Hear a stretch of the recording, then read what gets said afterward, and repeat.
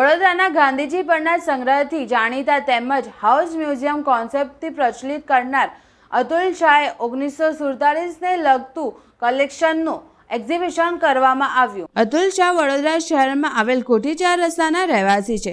1998થી મહાત્મા ગાંધીજી પર કલેક્શન કરી રહ્યા છે। 2009થી તેઓ લોકો માટે 2 ઓક્ટોબરથી 5 ઓક્ટોબર દરમિયાન વડોદરા વાસીઓ માટે પ્રદર્શન રાખતા હોય છે। અતુલ શાહ દ્વારા સ્વતંત્રતા દિવસનું મહત્વ અને તેમાં મહાત્મા ગાંધીજીની ભૂમિકા પ્રસ્તુત કરવામાં આવે છે। 15મી ઓગસ્ટ 1947માં ભારત દેશની આઝાદી મળી હતી। આ વર્ષે 75મો સ્વતંત્રતા દિવસ થયા એ નિમિત્તે અતુલભાઈ પાસે 15મી ઓગસ્ટ 1947ને લગતો મોમેન્ટો છે।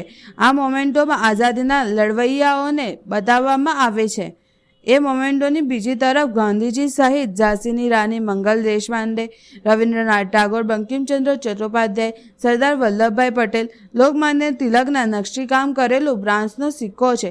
આજના સંદર્ભમાં આપણે કહીએ તો અખંડ ભારતનો નારો જે આપણે બધા લગાવી રહ્યા છે, તો અખંડ ભારતનો નકશો પણ કેવા પ્રકારનો હોય તેને પણ ફોટો સાથે પ્રદર્શિત કરેલ છે। મેડ ઇન ઇન્ડિયાના વિચારમાં ખાદી ગ્રામ ઉદ્યોગે વર્ષો પહેલા જે કારીગરો કામ કરતા હોય અને પગાર ના લે એમને ખાદીની હુંડી આપવામાં આવી હતી। ત્યારે અતુલ શાહ દ્વારા ગાંધી બાપુના સંગ્રહનું ગાંધીજી તપોભૂમિ એક્ઝિબિશન યોજ્યું। આ એક્ઝિબિશન 2 ઓક્ટોબરથી 4 ઓક્ટોબર સુધી ખુલ્લું રહેશે।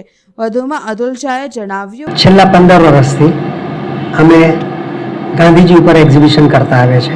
આ વર્ષનું એક્ઝિબિશન અનોખું એટલા માટે છે કે ગાંધીજીની તપોભૂમિ સાબરમતી આશ્રમ એના 18 ચારકોલ પેન્સિલ ડ્રોઈંગ્સનું આ વખતે અમે એક્ઝિબિશન કર્યું છે।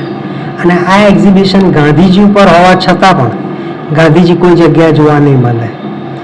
તો આ એક્ઝિબિશન કરવાનું પાછળનું કારણ એક જ કે ગાંધીજી એક જ એવા રાજકીય નેતા હતા કે જેમણે દેશ અને વિદેશમાં આશ્રમની સ્થાપના કરી। આશ્રમની સ્થાપના કરવા પાછળનું કારણ એક જ હતું કે સામાજિક સ્વતંત્રતા માટેની પરિવર્તન લાવવા માટે ચર્ચા વિચારણા થઈ શકે અને સામાજિક પરિવર્તન આવે એ માટે લોકો ભેગા થાય, અને ત્યારે એ ઉદ્દેશ્ય હતો। આશ્રમની સ્થાપના 1917માંથી 121 એકરમાં ફેલાયેલો આશ્રમ હતો અને એ વખતે જમીનની કિંમત 2553 રૂપિયા થઈ હતી। તો આ એક્ઝિબિશનમાં જે 18 મકાનો બતાડવામાં આવ્યા છે એમાં હૃદયકુંજ, વસ્ત્ર વિદ્યાલય અને મીરા કુટીર, મગન નિવાસ, આ 3 મકાનમાં ગાંધીજી 1930 સુધી રહ્યા। મીરા કુટીર, નંદિની, શિક્ષક છાત્રાલય, આ બધામાં દેશમાંથી જે લોકો રાજકીય અને સામાજિક ચર્ચા વિચારણા કરવા આવતા એમના રહેવા માટેની જગ્યા હતી। ગૌશાળામાં જે પણ દૂધનું ઉત્પાદન થતું એ અમદાવાદની હોસ્પિટલમાં સપ્લાય કરવામાં આવતું હતું।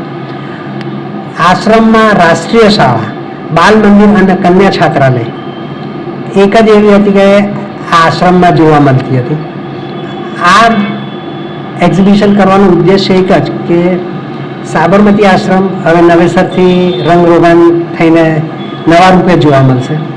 તો ઉદ્દેશ ફક્ત એટલો જ હતો કે આ જૂના મકાનો લોકો સુધી પહોંચે અને લોકો ગાંધી વિચારના ફોલો કરે।